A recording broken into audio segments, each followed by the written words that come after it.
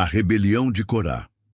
O povo de Israel caminhava pelo deserto sob a liderança de Moisés e Arão. O Senhor havia feito maravilhas incontáveis diante de seus olhos, libertando-os do Egito, abrindo o mar, dando água da rocha e sustentando-os com o maná. Ainda assim, em meio à peregrinação, os corações muitas vezes se enchiam de descontentamento e murmuração. Foi nesse cenário que surgiu uma das mais graves rebeliões registradas na história do povo de Deus, liderada por Corá. Corá era levita, da tribo de Coate, chamado para servir no tabernáculo. Ele não era um homem comum entre o povo, mas alguém que já possuía uma posição de honra e responsabilidade diante do Senhor. Contudo, a insatisfação tomou conta de seu coração. Ele começou a olhar não para o privilégio de servir, mas para a autoridade que Moisés e Arão exerciam, desejando para si uma posição ainda maior. Junto a Corá uniram-se Datã e Abirão, da tribo de Ruben, além de 250 líderes da congregação, homens de renome, conhecidos entre o povo. A conspiração cresceu em silêncio até que se tornou um movimento aberto de rebeldia contra a liderança estabelecida por Deus. Eles se levantaram diante de Moisés e Arão e declararam que toda a congregação era santa e que o Senhor estava no meio deles. Questionaram por que Moisés e Arão se exaltavam sobre a Assembleia do Senhor, como se fossem superiores aos demais. As palavras eram astutas, apelando à igualdade e à insatisfação já presente em muitos corações.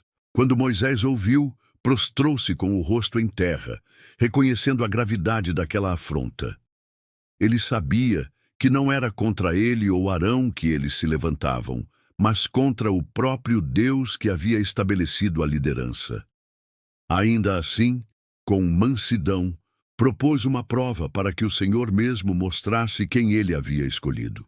Moisés disse que Corá e todos os seus seguidores deveriam trazer incensários diante do Senhor no dia seguinte. Cada homem deveria colocar incenso e apresentá-lo perante o tabernáculo, e então o Senhor mostraria quem era santo e digno de se aproximar dele. A questão não seria resolvida pela força humana, mas pelo juízo divino. No entanto, a rebelião já havia tomado proporções maiores. Moisés chamou Datã e Abirão para falar com eles, mas eles se recusaram a vir. Suas palavras foram duras e ofensivas. Disseram que Moisés os havia tirado de uma terra onde manava leite e mel para fazê-los morrer no deserto.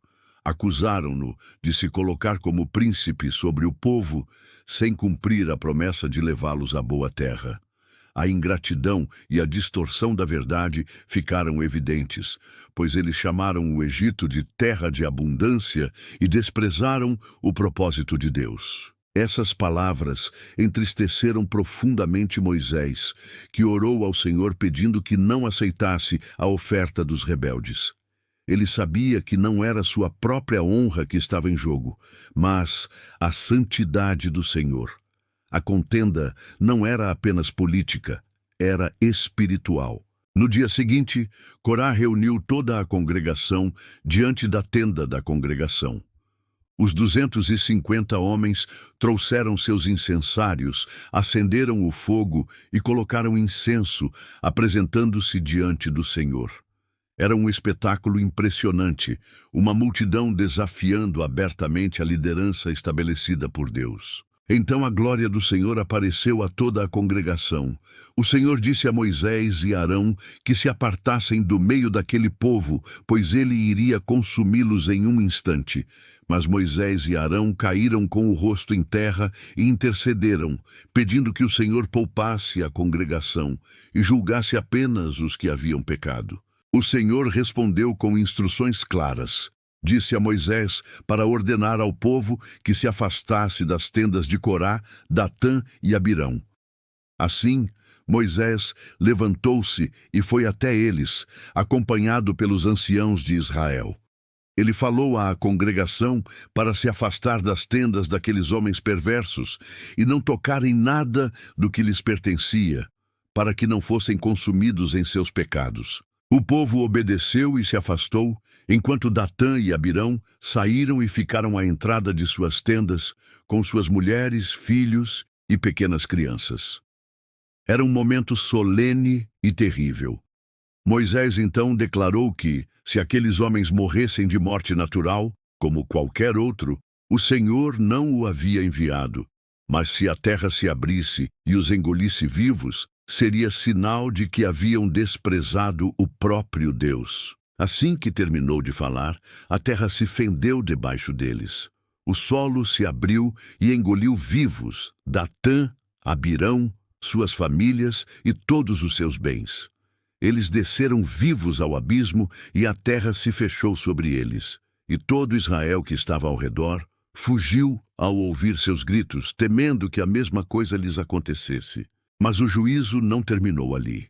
O fogo saiu do Senhor e consumiu os 250 homens que ofereciam incenso. Suas vidas foram ceifadas instantaneamente diante do tabernáculo, testemunho visível de que Deus não tolera rebelião contra sua santidade e sua ordem. O Senhor então ordenou que Eleazar, filho de Arão, recolhesse os incensários de bronze dos homens mortos, pois haviam sido santificados pelo uso diante dele. Eles deveriam ser batidos em lâminas e usados para revestir o altar, servindo como memorial para que ninguém mais tentasse tomar para si o sacerdócio que havia sido dado exclusivamente à descendência de Arão. Apesar do juízo tão claro e severo, a murmuração não cessou. No dia seguinte, toda a congregação de Israel murmurou contra Moisés e Arão, dizendo que eles haviam matado o povo do Senhor. A cegueira espiritual e a dureza de coração eram impressionantes, pois não viam que fora o próprio Deus quem havia julgado os rebeldes. A ira do Senhor acendeu-se novamente, e ele disse a Moisés e Arão que se apartassem, pois consumiria toda a congregação. Mais uma vez, Moisés e Arão intercederam pelo povo. Moisés disse a Arão que tomasse o incensário, colocasse fogo do altar e colocasse incenso, indo rapidamente no meio da congregação para fazer expiação por eles. Arão obedeceu e correu para o meio do povo. Já havia começado uma praga mortal, e muitos estavam caindo.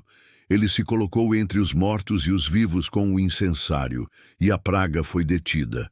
Ainda assim, 14.700 pessoas morreram, além dos que já haviam sido consumidos no dia anterior. Quando a praga cessou, Arão voltou a Moisés à porta do tabernáculo. Mais uma vez, a intercessão havia poupado o povo, ainda que muitos tivessem perecido. O juízo e a misericórdia do Senhor foram manifestos de maneira intensa naquele episódio. A rebelião de Corá tornou-se um alerta eterno para Israel e para todos os que buscam servir a Deus. Mostrou que a insatisfação pode crescer em corações privilegiados, que a inveja pode levar à destruição e que ninguém pode tomar para si aquilo que Deus não concedeu. Moisés não buscava exaltar-se sobre o povo, mas obedecer ao chamado divino. Arão não se fez sacerdote por si mesmo, mas foi escolhido por Deus. Resistir a eles era resistir ao próprio Senhor, e essa foi a raiz da tragédia. Aquele episódio também mostrou a importância da intercessão. Moisés e Arão, mesmo sendo os alvos da revolta, não desejaram vingança, mas rogaram pela vida do povo. Eles se colocaram entre os mortos e os vivos, refletindo o caráter do próprio Cristo, que intercede por nós mesmo quando ainda éramos rebeldes. A história da rebelião de Corá ecoa como advertência em cada geração. Ela ensina que a autoridade espiritual não é uma questão de posição humana, mas de escolha divina.